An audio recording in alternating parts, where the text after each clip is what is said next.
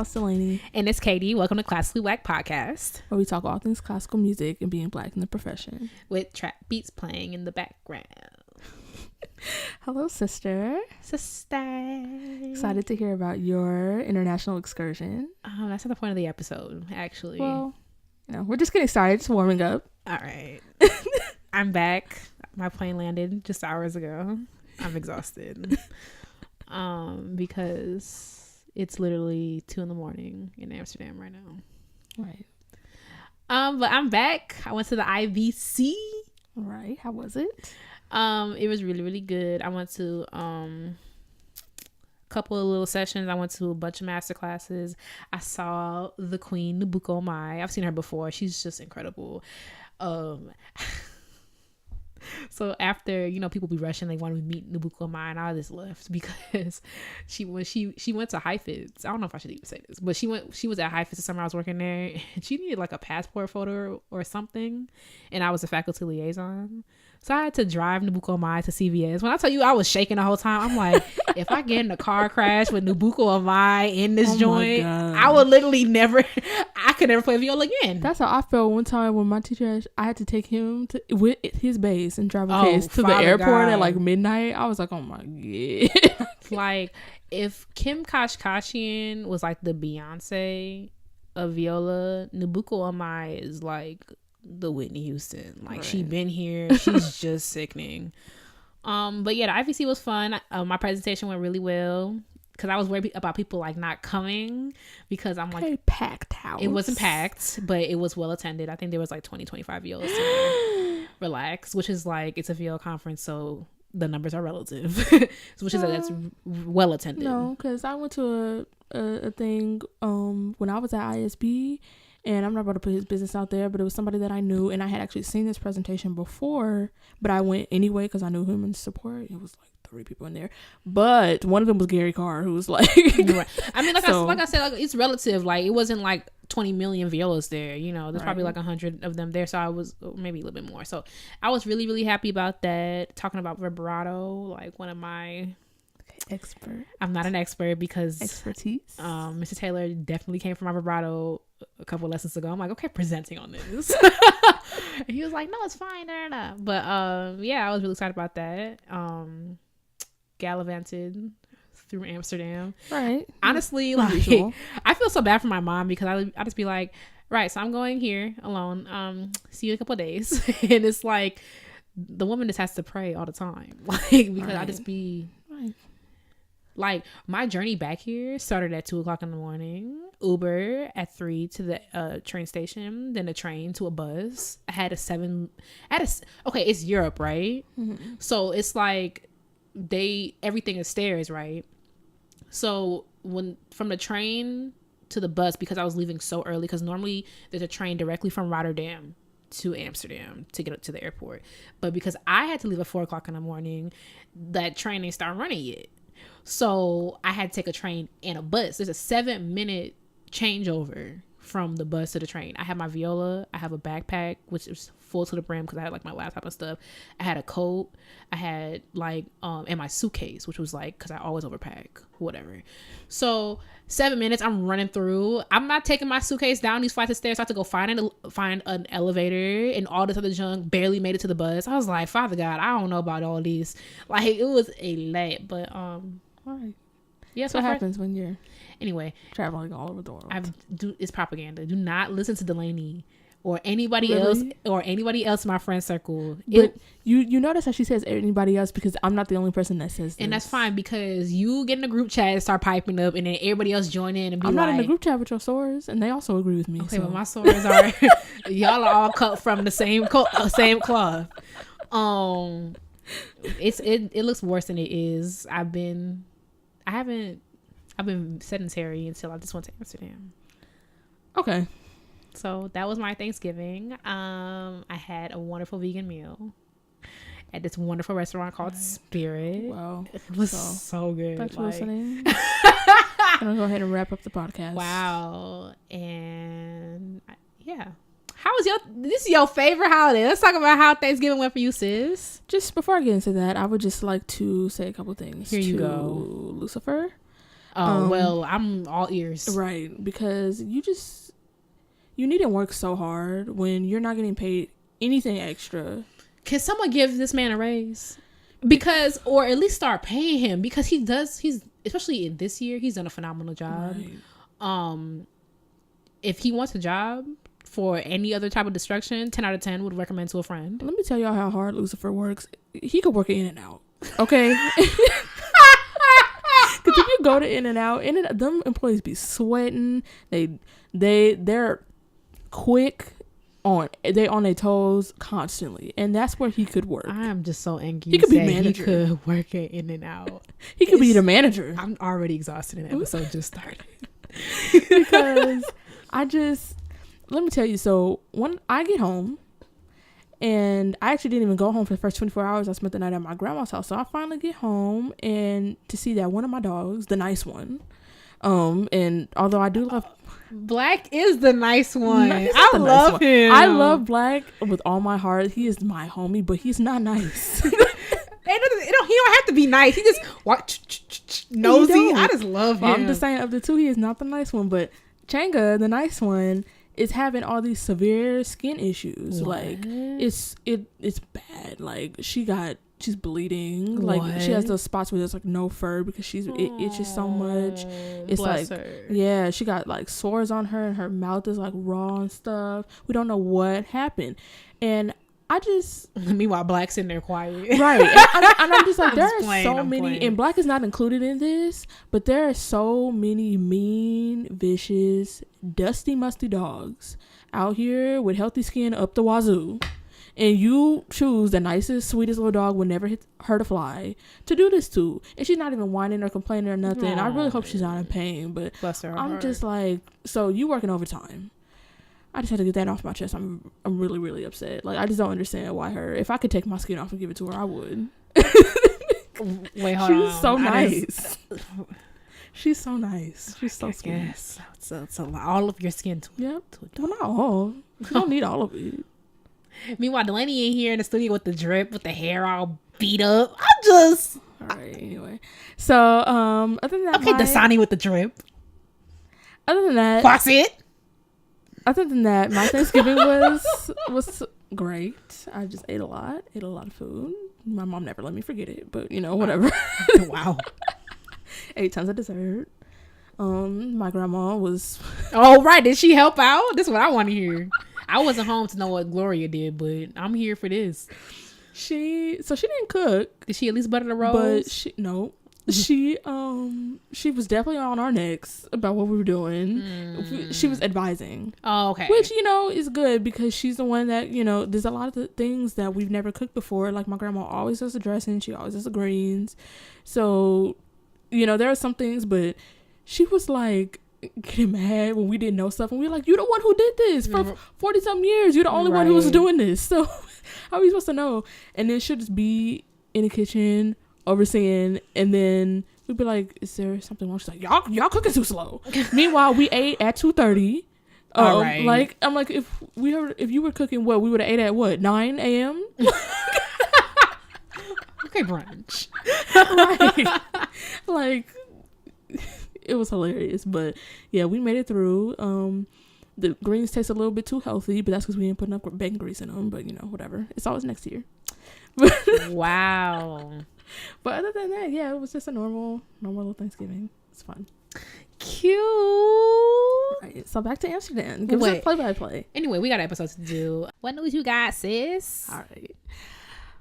Well, let me fix my face because it's not good news. At least not first. So I'm sure all y'all heard about dude at the performance in Baltimore, the performance of Fiddler in the Roof, yelling, talking about Heil Hitler, Heil Trump. Father God. Right. First of all, should stayed at home and minded your own business. Why you deep in the arts already? Nobody wants you here. I just know. Reading the story made me so tired. I remember hearing about it a couple weeks ago, and I'm just like, y'all really are still choosing to be ignorant. Like, why not just be quiet? Right. Like, you'd be like, if you got any little glimpse of like, that sound like it might be dumb, you just be like, I'm just gonna keep it to myself. Right. That's like, really, in the year of our Lord 2018, y'all are still choosing ignorance. It just befuddles me. Right. So he claims that he had been drinking heavily, which, first of all, what you doing at the... Anyway. This ain't the club, sis. It's not the club. Over here popping bottles at the theater. Like, what? Okay. Drinking heavily for what? And apparently he was attempting to make a comparison between Trump and Hitler, and he was trying to backtrack, and I'm like, listen, you should have thought before you this is exactly why this isn't on, why him trying to backtrack his way out of this is not on video, because he would have been, you could see the wheels working in his mind, how I'm gonna lie my way out of this. That don't make no type of sense. It literally makes no sense. He was like, I was trying to make a comparison between Hitler and Trump, and I actually am very against Trump. And you read the article. Nothing he was saying was making any type of sense. So people are minding their business. They're like, you know what would be cute? Let's go see Fiddler on the Roof. And you get up in your right mind and you yell, "Heil Hitler, Hail Trump." And then in the middle of a theater, and be like, yeah, I'm just trying to just make a comparison. First of all, say the comparison for your dissertation. That's the first thing. The second thing is not the time or place. The third is why now? Exactly. You compare, ain't no Venn diagram. We don't need you to compare and contrast. And and since you so smart, you should have used them skills to be like, what is the climate of America right now? You over here piping up in the middle of a theater with this play with thousands of people. People automatically, you read the article, people are automatically talking about, I thought it was going to be a mass shooting. Like, you have to be sensitive to those type of things. Like, it's not the time or the place. And of all places, Fiddler on the Roof, like, he said that he claimed that the scene before intermission, which was like the Russian people, like, they were like berating the Jewish family that like lived in the house or whatever, and he was like, that reminded him of like the climate that we were in, and he was trying to like make a point. I'm like, first of all, if you oh my gosh, if you're so drunk, why are you over here trying to make points? First of all, you should be in the house. That's the first thing. Secondly, your 3 little glasses of fermented grape juice ain't gonna have you all the way deep in your feelings. And it just doesn't make, you see how we just over here talking in circles, like trying to grapple with, you can't make sense out of nonsense. I was just about to say, like, you see how we just trying so hard talking in circles, and you know what? This is nonsense. It's nonsense. Like, you just look dumb. You over here, like, you're ruining people's night by standing up in the middle of the theater, making everyone like afraid and like on edge because like you have like some fake news like agenda. Like what? It just doesn't, it's just like, I don't understand. Listen, I don't know what y'all doing on a Friday night, but who is out here? Let's get lit and go see Fiddler on the Roof. Right. Let's get lit. Let's get that Henny and wings. Okay, call back to the first episode. Right, shoot with that. Right. Should was rolling through to the theater. Henny and wings, and we gonna Fiddler on the Roof. Nah, stay at home. Practice your skills like the rest of us. It just doesn't make any sense. Wow. It's like, just when you think people can't get more stupid, right? It's like, wow, it's amazing. All right, well, on to some inspiring news. Thank God. From one of my like music education alma maters, Harmony Project. They just recently launched a program called the International Academy of Young Conductors. And it's a premier tuition-free conducting and leadership training program for young musicians from all over the world. They're going to provide 12 students from ages 13 to 18 with and the students are going to be from underrepresented communities. They're going to provide them with a unique opportunity to gain the technical knowledge and social skills required to lead musical ensembles and enter the world of conducting. Aww. Right? This is so cool. That's amazing. Wow, let's get some more Black conductors and conductors of color up there. Right. And it says that the curriculum was going to cover a bunch of different things. It says from composing and ear training, Lord knows I need some of that, to music history and administration, and they're sort of trying to produce a well-rounded, conductor, not just someone who's studying scores all day. Right. And all these things are going to help you conduct better, especially ear training. Right. Like, especially like getting that stuff from early on is always going to be a big help. Entering undergrad, if you decide to go that path, you can't really study conducting until you get to master's level, but having that stuff from the jump and then going through master's, like, you about to be untouchable. For real. Since the first cohort is going to spend 100+ hours working with top conductors, professors, and music administrators from around the world. Wow. Y'all gonna be out here. And it's launching. The program is launching in spring 2019. So, right, it's gonna be cute. Thank God we ended on a high note. Right. Okay, I see. All right, and we're moving on.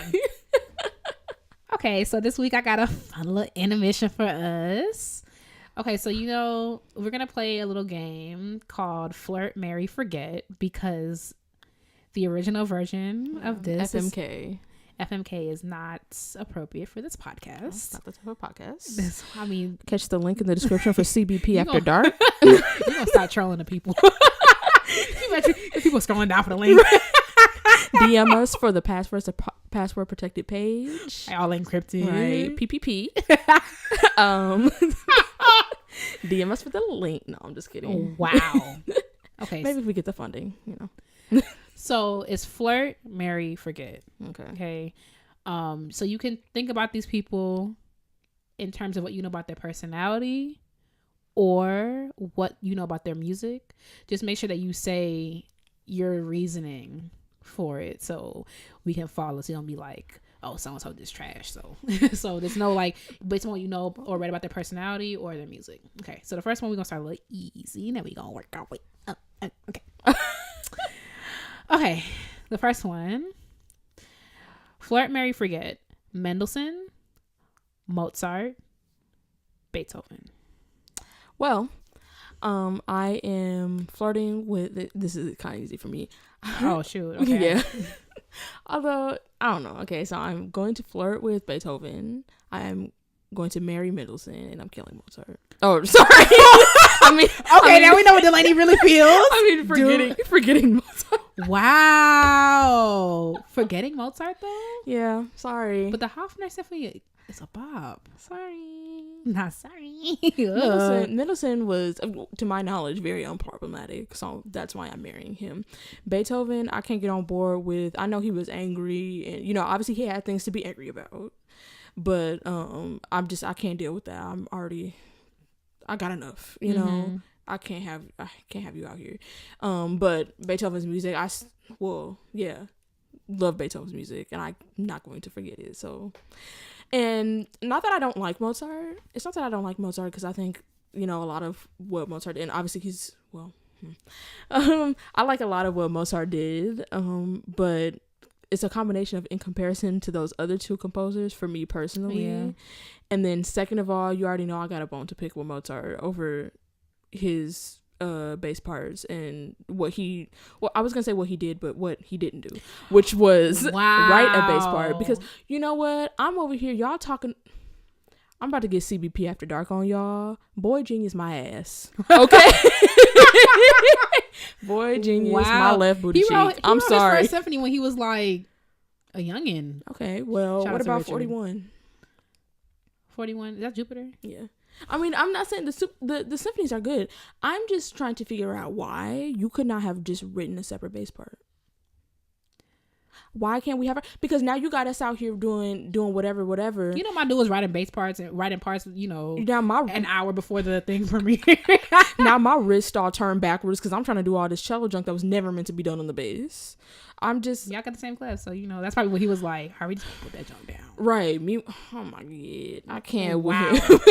You're so exasperated. I just, because when I'm in the practice room and I'm in my feelings, I'm thinking about how, and then sometimes he'll split the parts, like only cellos play this part and bassists just sit this one out. He does it at all the wrong places. When we doing all them 30-second notes, all them fast stuff, now you're like, yeah, bassists play, and then when it's a whole note, you'd be like, okay, bassists drop out for this part. What?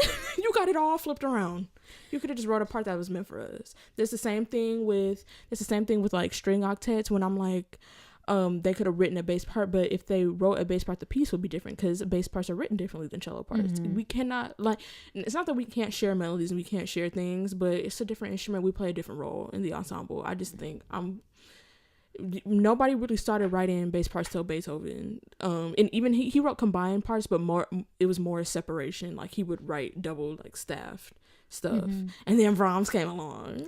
I mean, I'm not gonna pipe up on your instrument because I ain't gonna act like I know, but viola parts were trash for a minute too. So it's like I feel like what people knew about the instrument before people came around and were like, nah, let's make this junk work. I feel like that's probably why, you know, Mozart, he was writing parts like clearly, because a lot of times he'd be writing, I'd be like, I just don't understand your vision for this. Hofner, last movement. Actually, no, I could play that now. But what's it? I keep getting, it's not one of us. So Marriage of Figaro overture. And then every person I play with, F sharp, fourth finger, F sharp, because you gotta I played in third position, so F sharp, fourth finger, be too low. I'm like, yours will be too, sis. And then you got a G sharp and then A and then a G natural right after that. Okay, so this is the problem I have, right? And this gets into, I mean, this is off topic this for a second, but let me get this off my chest. Since we're talking about Mendelssohn and Mozart and all them, right? The first person to come along and revolutionize the viola was Primrose. All right, and can't nobody say nothing to him. Mm-hmm. Mendelssohn, sis, I just have a question for you. Who was playing that scherzo? Not sis. Whom was playing that scherzo off the string? Whom? Because you couldn't tell me nobody was. People be like, what's a viola? And people asking that in 2018. So you tell me. Back in the 1800s, who was playing that? That's all. Okay, let's back on track. We back. Okay, so flirt, marry, forget. I would flirt with Mozart because he seemed like he was fun. Like he just. I would marry Mendelssohn, even though. You are killing Beethoven, and he ain't even gonna hear you coming. All right, the podcast is over. Thank you so much for listening. I am leaving.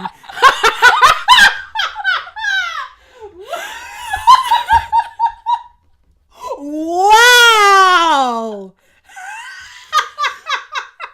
I keep forgetting to say forget. I keep saying kill when I mean forget. Wow. I mean, okay. I just have to come back from that. What do you mean, sister? I just want to say one more thing about Mozart. Wow. I just know that you were rushing and writing the things. I feel like he just wrote the whole symphony. He was like, oh damn, we don't got nothing for the basses, and it just put and bass on the E basso. Right, E basso. I was trying to think of how it was written, but yeah. But anyway, continue with your reasoning. Listen, for Beethoven has done a lot of great things for the music world and all that other stuff, and I get it. However, like, he didn't really do much for the viola. You know what I'm saying? Eyeglasses. He didn't do nothing. Aw. We don't have a sonata from him. You couldn't give us a sonata? Right. I have that question for a lot of composers. You really couldn't give us a sonata? Beethoven. I'm trying to think of his orchestral parts. I don't really mind them. Oh. But like, okay, someone in the comments talking about an unknown, right? Forgotten, just recently found last week, right? Just got a whole case of 100 works for solo viola. Just certain composers that should have given us a sonata. Yeah, Tchaikovsky, viola. I can't even imagine the way Tchaikovsky turns a melody, and you couldn't give us a viola sonata. But also, he only got to write 6 symphonies. I just wish. How old was Tchaikovsky when he died? Young. Yeah, 40s. Don't quote me on that. I can look it up. He was 53 when he died. Okay, let's move on. Yeah, but I won't forget Beethoven. But whatever. Okay. Wow. Drake, Schubert, Telemann. Sorry. That's very easy.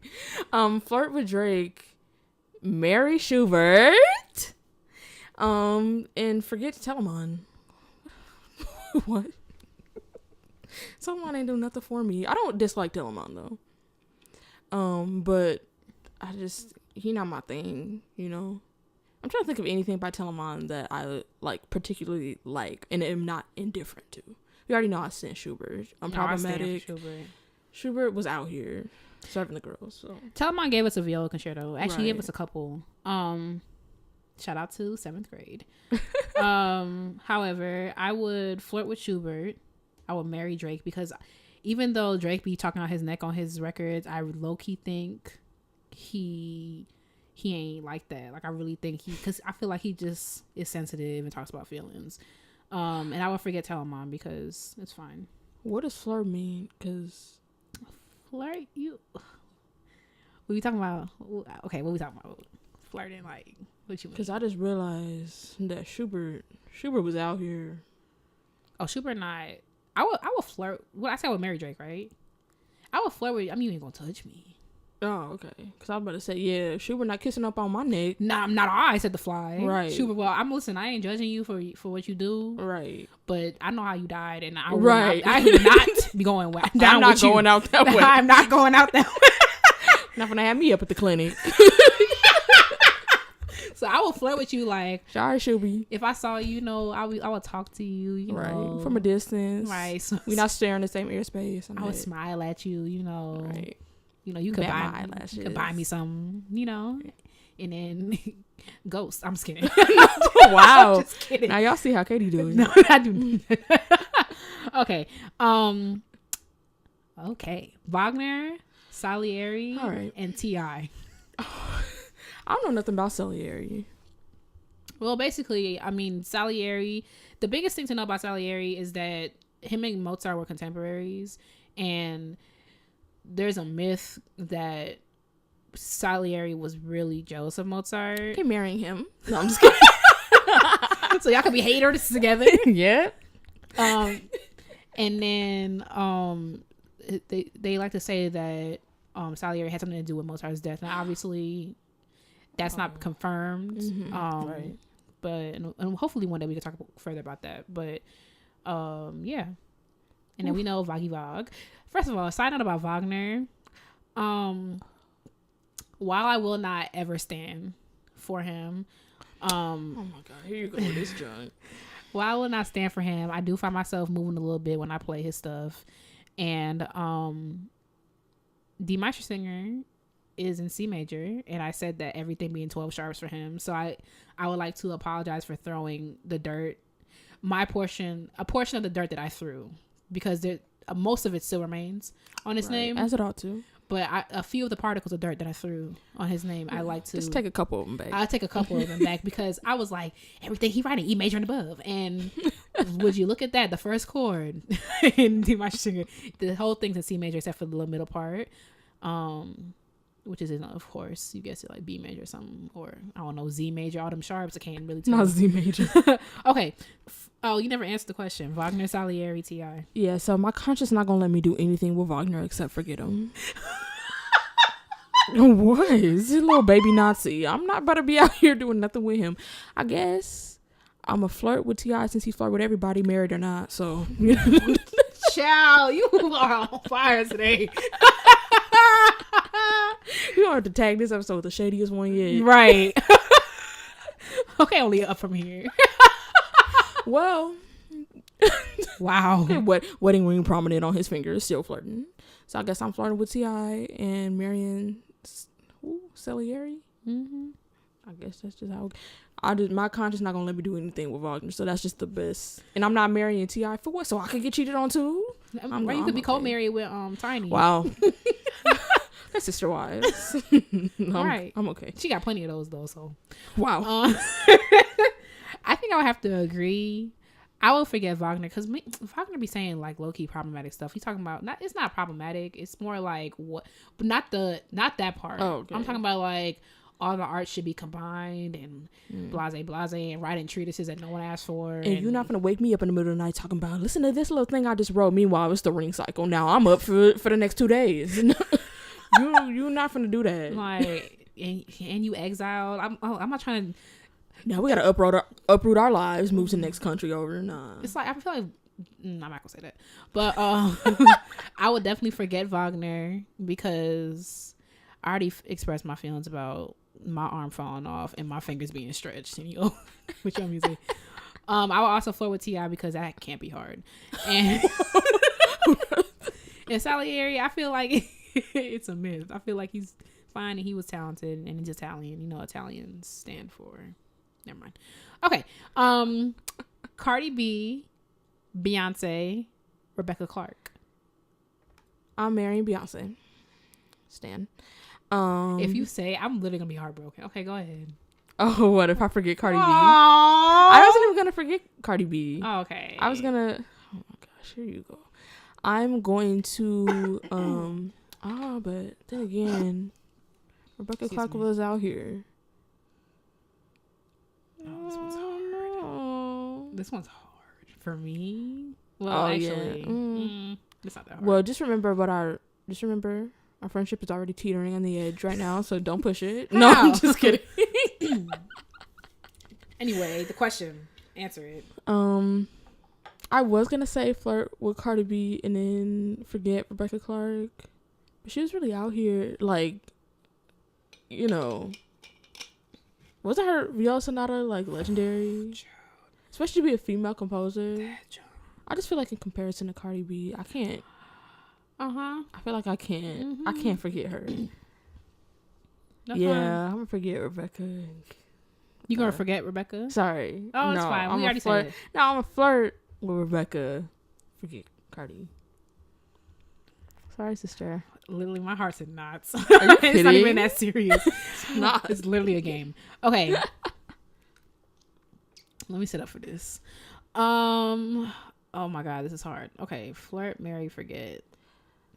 Marry, forget. Okay. I just feel like when you really think about like levels of legendariness, there's one does not belong. Are you kidding? I'm not wrong. I'm about to make you mad, but this is what I'm finna do. I'm finna hit the quan. It's playing.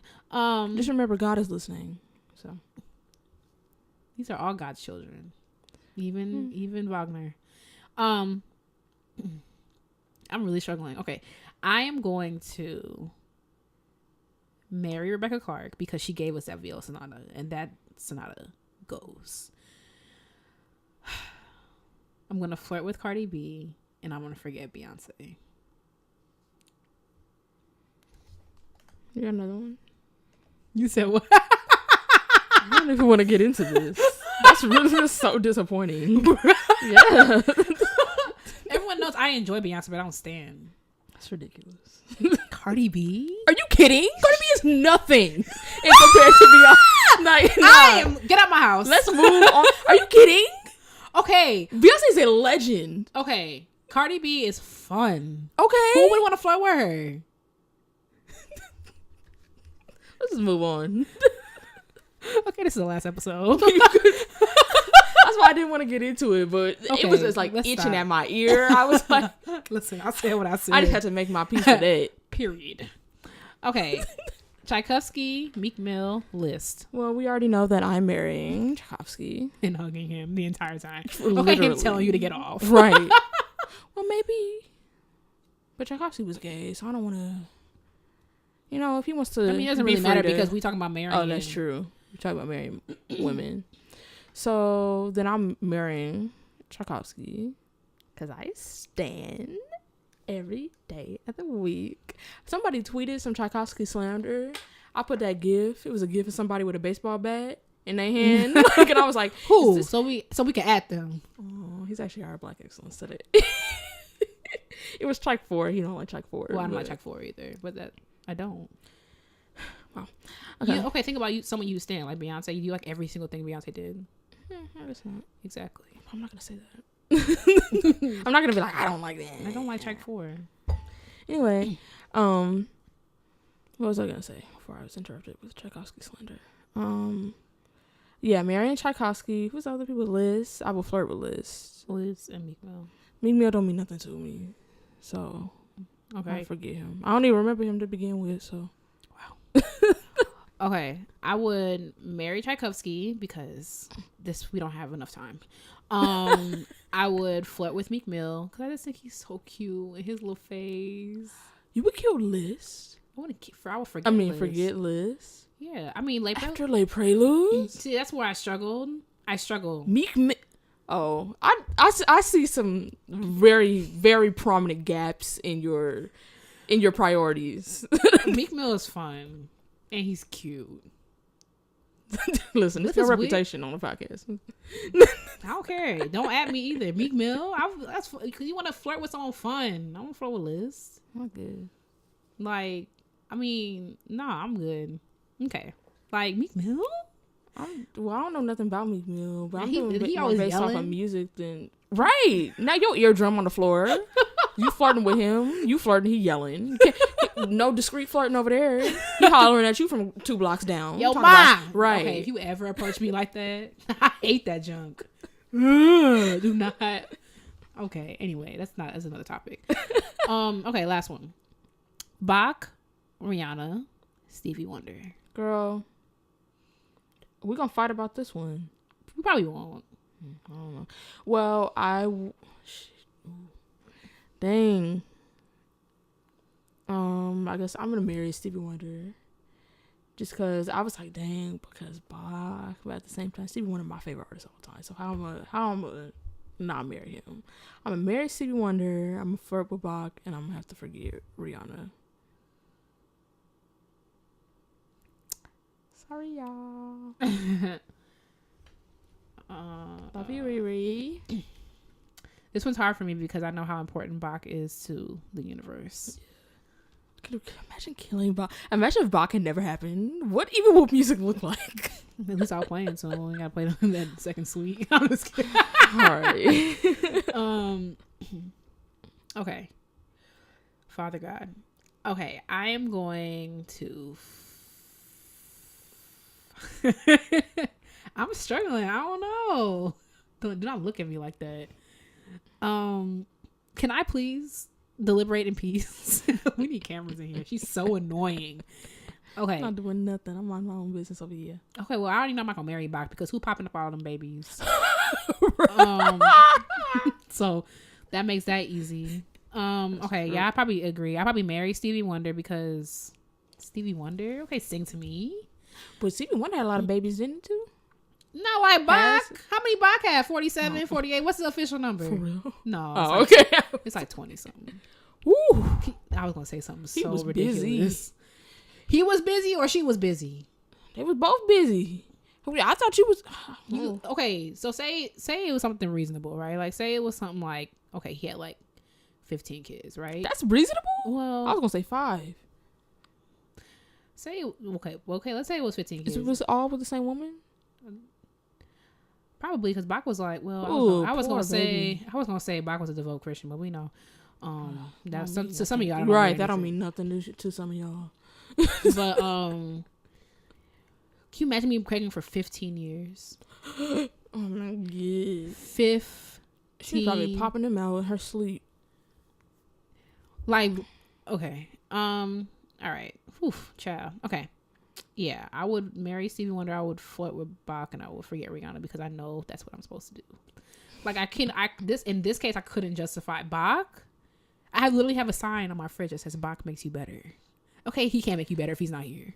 Right. I mean, well, I make Bach worse, but you know. Anyway, and on that note, let us know in the comments who would you flirt, marry, or forget. Let us know if we forgot anyone that you like to hear us talk about. And we're moving on. All right, so we're back, and I am so excited for this next portion of the show. In the studio today, we have my sister, my friend, Caitlin Edwards. Hey, sis. Hey, sis. All my sisters. How are y'all? I'm good. How are you, sis? I'm doing great. You in the 585. I'm in the 585. What's up? If you remember back to our first episode, Caitlin was our Black excellence. She's out here just killing the game. I'm so proud of her. So proud to call her my sis. And she's just so inspiring. She's here to talk to us today. And yeah, we're just gonna see what kind of shenanigans we're gonna get into. Oh, okay. Right. So Caitlin, tell us a little bit about yourself. Okay. Well, I am 23 years old. Okay, young talent. Yes. Let me not interrupt everything.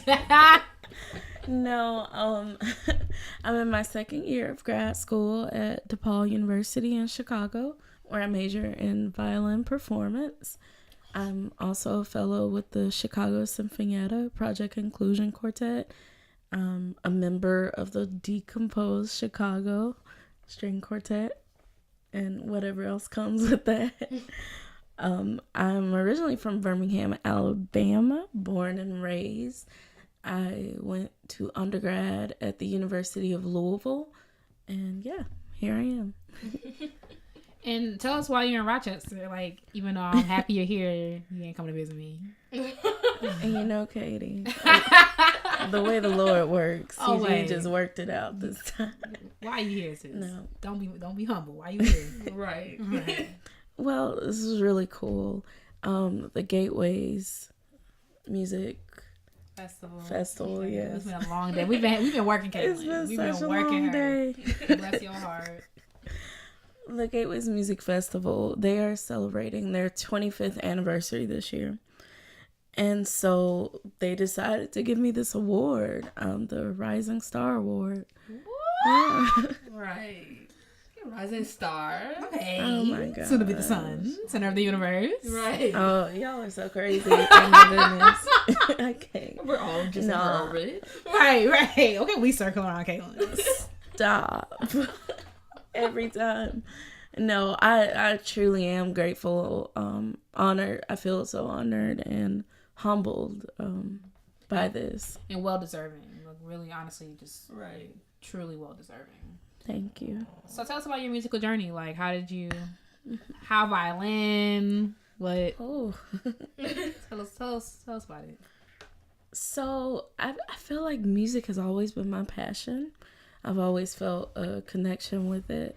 I began by like singing, leading like solos with the church choir. And one day my 3rd grade teacher, she calls the house, leaves a voicemail, and is like, hey, because Caitlin's in the gifted program, we want her to be in this violin class, this organization. They're coming up to school and they're giving free group lessons, and I would love for Caitlin to be a part of it. So I heard violin, like never in my life had I ever even considered, pursuing violin or playing the violin. Mm-hmm. Like music, it kind of runs in my family, but my parents do not play music. Mm-hmm. They're not musicians at all. But yes, I went to the group class. I absolutely loved it. I was going every day. Well, not every day. Every week. Mm-hmm. Every week. And it got to the point where, like, I don't know, maybe 20 kids were in the class. It got to the point where the group class turned into a private lesson because everybody else, they didn't want to go to the classes anymore. But my parents saw I was really, intrigued and had a passion for it. So they put me in group lessons, and I had a private lesson teacher who worked hard to prepare me for an audition for the performing arts school in Alabama, the Alabama School of Fine Arts. Got in. All my lessons were free after that. Thank the Lord. Won't he do it? Won't he do it? Won't he will? Won't he will? Yes, he did it, and is still doing it through that school and college and even now. Yeah. Beautiful. All right, so we want you to talk a little bit about being Black in the profession and any adversity or struggles that you've gone through or that you've seen, in your time being a classical musician. Growing up, and I'm sure this is every Black classical musician's story, you didn't see much of your, race in the field. Many times when I would go to music festivals, I'd be one of very few, like, Black people there, if not the only one. Orchestras, sometimes I was the only one. You kind of get used to it, but it's still like, ugh. So, like, aside from, like, being the only one, like, hopefully not, like, you have any, like, stories of adversity or, like, any struggle that came with being the only one, or not really? Because even thinking of my own personal experience, like, for example, like, while I was the only one, I didn't have any, like, I wasn't called, like, the N-word or put down because I was a Black musician and I wanted to do this thing that's not typical or seemingly typical, you know. So do you have anything like that, or is it like, you know, I'm out here among a few, but we're still, and it's okay? You know, there's always a misunderstanding in the field because, be honest, the field of classical music is filled with people from all different walks of life. But this might be bad to say, but mostly, you know, wealthy-ish people. Yeah. You know, it costs money. Yeah, it costs money. It's expensive to be in this field. And, you know, again, we all come from different walks of life, and misunderstandings about, and not really opening up your heart to adhere to, you know, what people are saying. There's a lot of that in the field. So hopefully it's changing, or at least hopefully someday. Yeah, I mean, thankfully, I haven't had to go through what many of the artists before us and even now have to go through. Right, it's because you popping, so no, they can't say nothing to you. Right? What they gonna say? What can they say? not hopefully one thing. Nothing. I can't. Do you have a special experience in music, perhaps a performance or a piece that like sticks out to you in your personal memory, like a piece that you performed or a performance you gave, something like that? I have a few of these. One that was semi-recent was this summer with the National Repertory Orchestra. Mm-hmm. We perform Symphony Fantastique. Oh, you know, I love that piece. Y'all, when I tell you the Lord performed a miracle for that performance. Listen. Because hours before at the dress rehearsal, it was a hot mess. I'm going to be honest. It was a hot mess. Everybody went home nervous. Trying to figure out who we got to put. And I think everybody, even, you know, me, I was like, I got to be on my A game at this concert tonight. Because that earlier was just horrible. And when I tell you, magic, it was so beautiful. We made music. It was wonderful. Parts that were a little shady before. It all came together, and the most important part was we made music, and I felt victorious, you know? Yeah, I get it. That's amazing. I remember them performances, like, you just, I don't know, God does something, and it comes together. Right. Ooh. So what are some of the things that you changed personally when you decided to pursue music? So it's kind of funny, and it's going to sound really cliche, but I literally have to choose to do music every day. I get it, child. You know, I have to. Sometimes you get so discouraged, but every day, you know, you have to wake up with this renewed feeling. Like, and I feel as if the older I get, the more passion I develop and the more understanding I develop for music. So just making that decision, you know, this is what I'm going to do. Yeah, I totally get it. Like, because there's days that you just don't want to do it. Yeah. Days you don't feel like you're good enough to do it. So really just being like, today's a new day and we're doing this thing and it's going to work out, and I don't know how, but it's going to work out. Yeah. I get it, sis. I hear you. And you're constantly making changes. Yeah, for sure. For sure. Most recently, I'm working on my consistency. Aren't we all? Oh my gosh. Whether it be intonation or... we don't say the I word on this podcast. Thank you so we much. don't. I'm just playing. The I word. The I word. The I word. Lord. I'm just playing. Like, you go ahead. Yes. Go ahead. Just, you know, every day making decisions to get better. Mm-hmm. So what else besides violin? Girl, what you mean? I don't know. Maybe, and it's okay if there is not. I know for me, and I think that's what Dalanie and I talked about this about. It's like I have to turn viola off sometimes, just so I don't go crazy. So, like, you got any hobbies you do? You know, stuff like that. We'll see.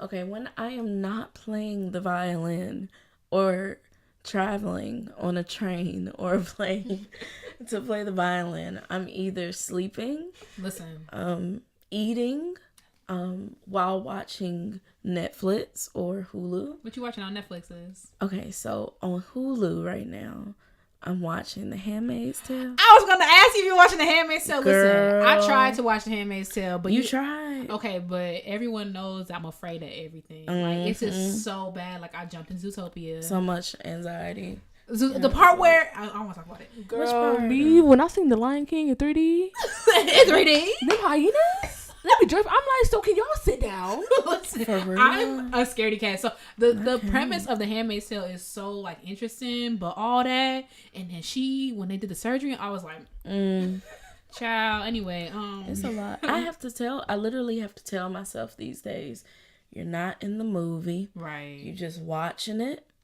Just let it happen. Nothing's gonna happen to you. You're safe. You know? But I don't like suspense either. I don't suspense in any facet, whether in movies, whether or not I figure out how this lesson's finna go. Like, I just don't like. I'm trying to figure out if I'm gonna make this shift or not. Right. Are we gonna land today? Right. What key we finna be in today? Right. You gonna modulate? Right. So I get it. I just do not like suspense. So okay, I'm sorry. I cut you off. Hulu, Netflix, eating, sleeping. What else do I do? FaceTime and Katie. When she answers the phone. On my own podcast, sis. Wow. Sis. Wow. You walked into it, though. And moving on. Yeah. All right, so can you tell us something that you wish you knew when you were entering undergrad or in high school or even before grad school? Like some of the major transition points in your life. Okay, so this thing I'm still dealing with, and I feel like I'll continue to deal with it for the rest of my life, but learning how to practice, it's a thing. There's a way you need to practice. There's several different ways, but to practice efficiently, how about that? Learning how to practice efficiently, that's a thing. Being patient with myself. Listen, that's a word. Some things just take time. Mm-hmm. You can do the shift 50 times. It might take 100 more times. You just have to be patient. Patience. What else do I wish I knew? I wish I would have been more confident in my abilities. Yeah. And just, speaking positive things,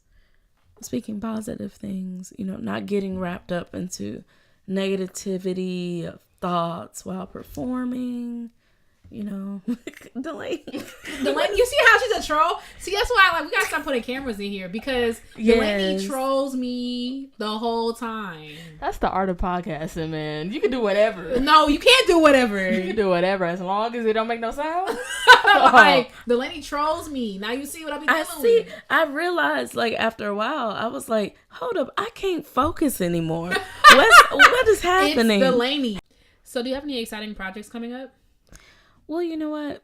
Nothing really comes to my mind, but I'm in this awesome string quartet, the Decompose Chicago String Quartet, and we basically take the compositions of living Black composers to different parts of the city where you most likely will not hear the compositions of Black composers, and We've done a family concert. We've performed in Soho House, in this cool art gallery in Pilsen. We're Chicago Ideas Week back in October. We're always doing different things, different cool things, and the community has been enjoying it. That's so cool. Yeah. I love it. It's great. Okay, so last question for you, Caitlin. Do you have any parting advice for the listeners? You've been in the field for a long time. It's true. You're a student in different ways. High school student, undergrad, now master's. About to leave your master's. Whoop, whoop. Do you have any parting advice for listeners that they can hold on to, take with them? Have faith. Have faith in God, but have faith in yourself as well. Don't settle for less. If you know that passage is out of tune, don't let it go. Go back.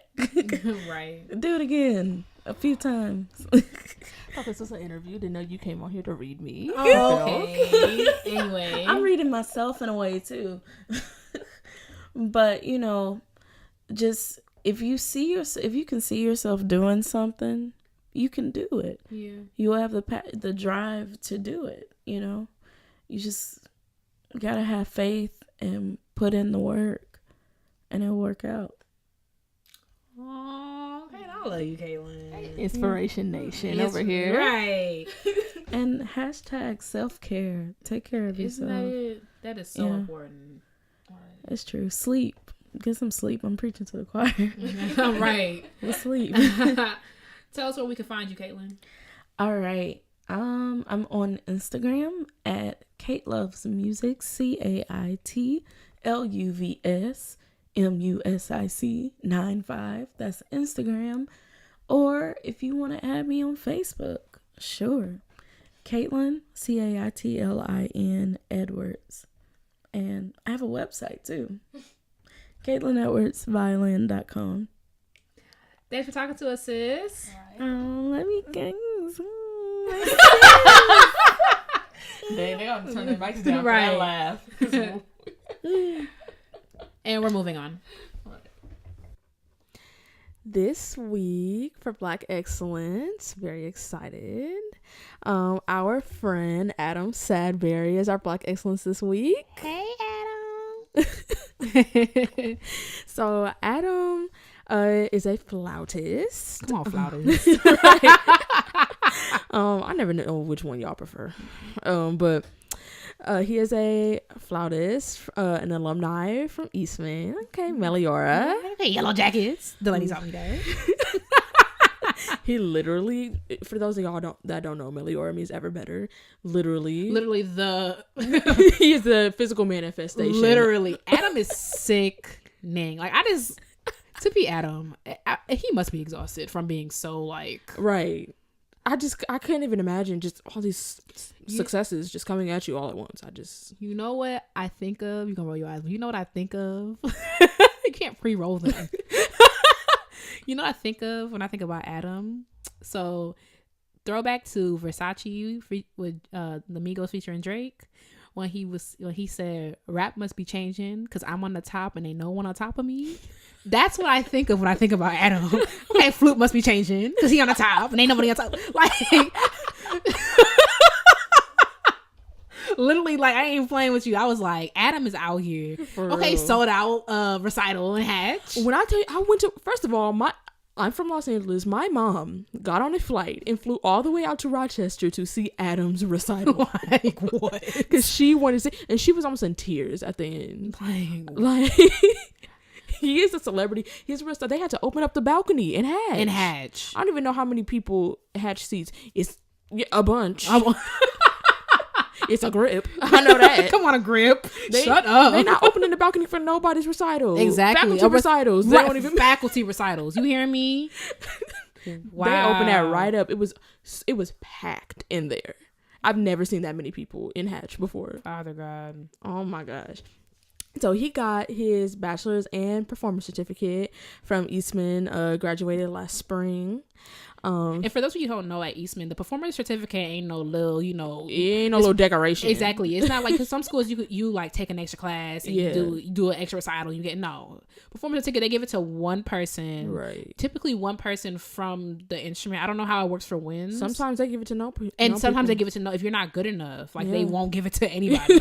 So literally, he went there and dusted everybody, right? And now all these faculty members scalped, right? They scratching the back of their necks like, dang, that's what the next generation sounded like. Right. He was like, they're like, dang, y'all, you playing. Right. Dang. Okay, his teacher, shaking. Job on the line. Job on the line. Right. She afraid Dean Rossi gonna walk by and hear it, be like, oh, who is that? Might have a vacancy. No, I'm playing. Cutting up tonight, dog. I'm playing. She's phenomenal. Okay. But okay, email from J Mo in the morning. Right. About to be a vacancy in the Bay Studio if you keep playing around. Right. GT gonna need a new TA. But on to, his millions and trillions of accolades. Oh, y'all gonna have to sit back. Right. Y'all grab a snack.